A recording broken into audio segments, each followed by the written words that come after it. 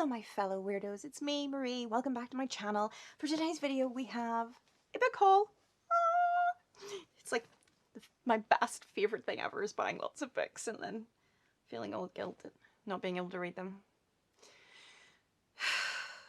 Guilt is real, people. The guilt is real. Anyway, I have some fantastic books on here, as to be expected from me. They're all going to be sort of spooky. I'll put the links for all of them down below in case you want to buy a copy of your own, but I'm going to just dive straight into it. So you'll have seen my video recently, and I'll put a link to it in here, about Black horror authors in light of recent events. I've been trying to diversify my bookshelves and include some more authors who are people of colour.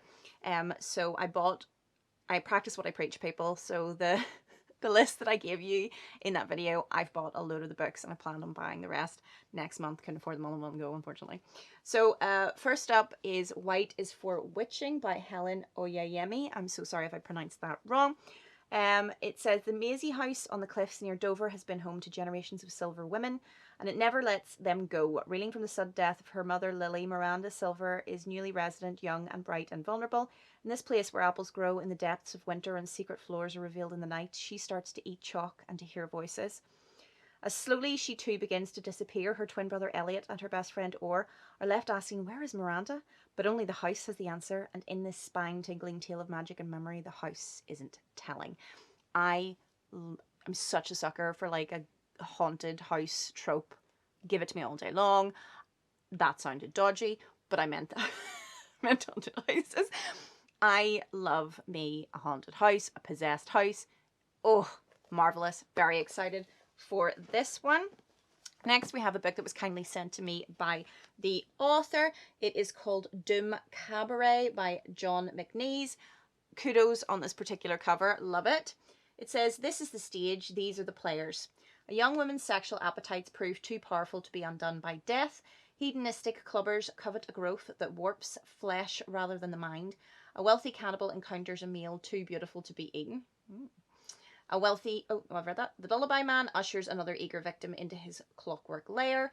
And here is where such stories are told. Blood and beauty, defilement and deformity, music and monsters. Welcome to Doom Cabaret. So this is, you can guess, is a selection of short stories. You know what I'm like about a nice little selection of short stories. I love them. So I'm excited to read that. Thank you so much to John for sending that to me. Look out for a review in the future.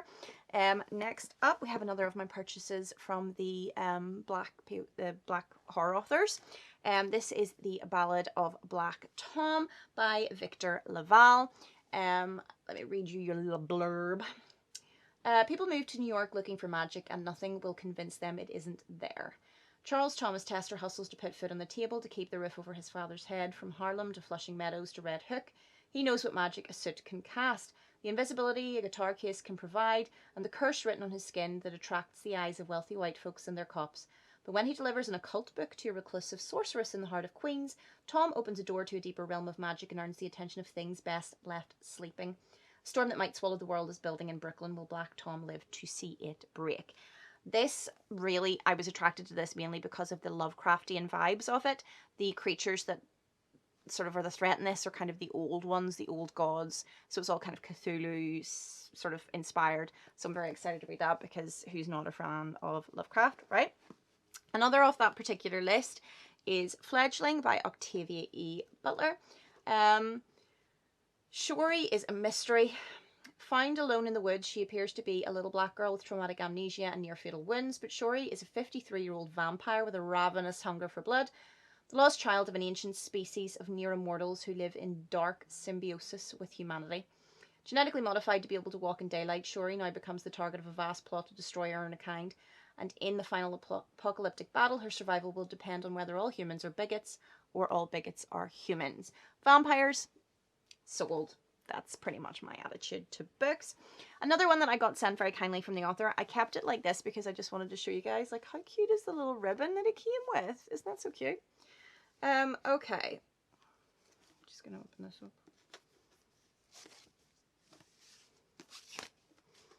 And also kudos for that cover.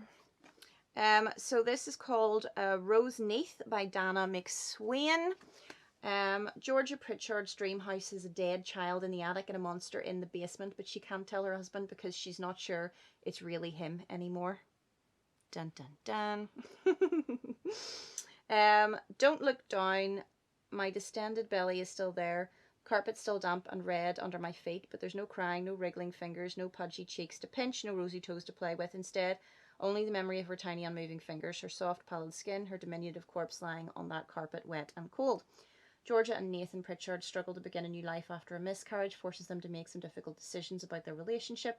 They move into Roseneath, a Victorian estate in the Midwest, with the hope of renovating the old mansion and moving on from their tragedy. Georgia immediately feels a sense of calm within the old walls of Roseneath, attuned to whatever power is flowing through it. The powerful connection allows her to meet a mysterious young girl hiding within the attic, the shadow of a child who was violently murdered, along with her parents 70 years prior. Nathan attunes to a power flowing through Roseneath as well, but a malevolent force that is seeping through the cracks of the basement, an infection leaking out of the sharp thorns of the rose bramble choking the foundation of the house. Who is this mysterious child in the attic? Who murdered her, and what evil is lurking in the basement? And why does Georgia suddenly feel a tightening around her waist? Did something within her just kick? I always feel really like, when it comes to children and babies, so those types of horror stories are immediately going to just be extra creepy for me. And again, haunted house. So sold on that one. Thank you very much to Dana for sending that to me as well. Again, keep an eye out in the future. So the next one that I've bought is Ghost Summer by Tananarive.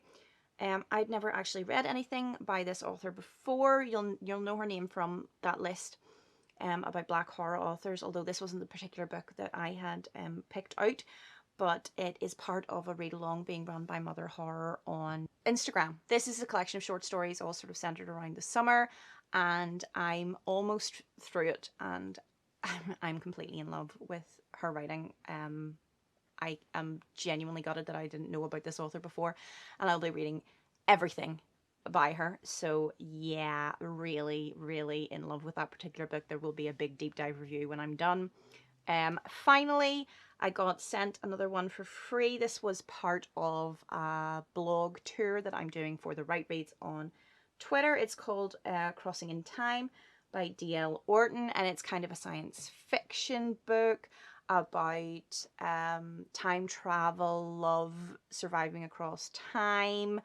When a big sort of sphere lands on Earth, they find inside it a piece of paper with a guy's name on it and a hard drive that appears to tell them how to build a time machine, and the whole world starts going to hell, viruses, nuclear weapons, all sorts, and they're basically in a race against time, literally, to try to kind of undo the apocalypse, if not in their time, in another universe's time. It's all like alternate realities and stuff. It sounds pretty good, so I'm looking forward to reading that one. And again, keep an eye out. I will, if I don't review it, I'll put it in the wrap up. But that's it.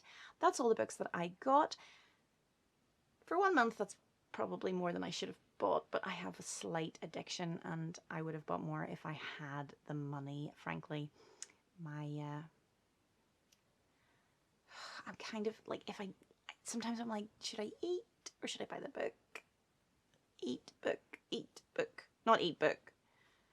You know what I mean. It's a hard choice. But anyway, guys, that's me for now. If you've read any of these books and you want to give me your take on them, please put it in the comments down below. I'm always keen to hear your opinions. If you have any suggestions for books along this vein that you think I would like, again, down below, guys. You guys have given me some really great suggestions so far, and that's me. If you could subscribe, really would appreciate it. Thank you very, very much. And then I will see you another time. Bye.